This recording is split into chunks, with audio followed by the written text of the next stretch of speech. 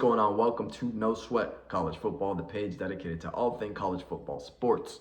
College football sports is weird, just to all things college football. If you have seen me before, maybe it was on my personal page, talking all things Florida State, or my Florida State page, talking all things Florida State. I am a Florida State alum, but there is things in this beautiful sport that go way past just talking about my fandom, especially when you look at a week one of the 2025 season. So many great games, so many highly anticipated games with top ranked teams going up against each other. It's just, I got to talk about it. I got to look into it because I know I'm going to watch and I'm going to have thoughts on it. So I'm going to get my thoughts out before the game, and then obviously I'm going to come back and make a recap video to talk about it after. So if you're here, I appreciate you tuning in to watch, but let's get right into it. My match up of the week is going to be LSU versus Clemson.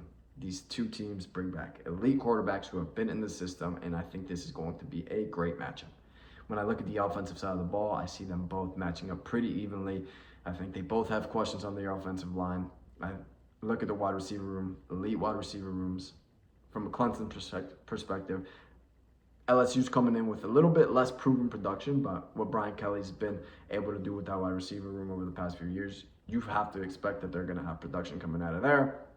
Look at the running back room a little bit opposite. LSU's coming in with proven production. Clemson's coming in with a new face, but you look at what Dabo Swinney's been able to do with running backs in that room, and then you just trust that he's going to have something productive back there. So from the offensive side of the ball, they're both structured in very similar ways.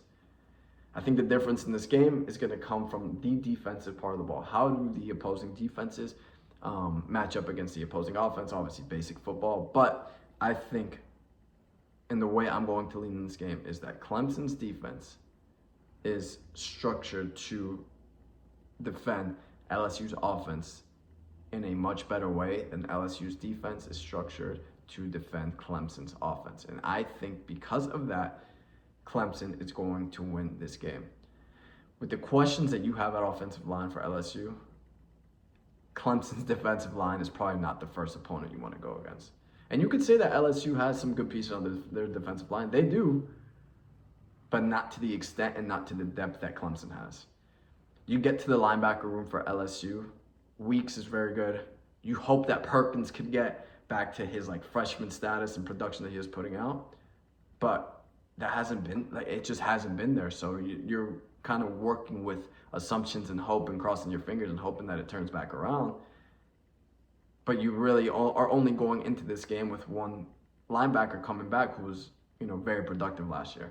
Look at Clemson, you got two guys back there who were damn near elite last year. They're very good, and that's going to be the unit that's running them. So Clemson, defensive line, very good. Linebacker room, very good. You look at their DBs, their cornerbacks, probably got the best cornerback room in the nation. If not the best, definitely top 5, top 3. Look at LSU. I actually like LSU's DB room a lot as well. I just think that the problems that Clemson's going to be able to cause up front are going to be more significant than the problems that LSU is going to be able to cause up front.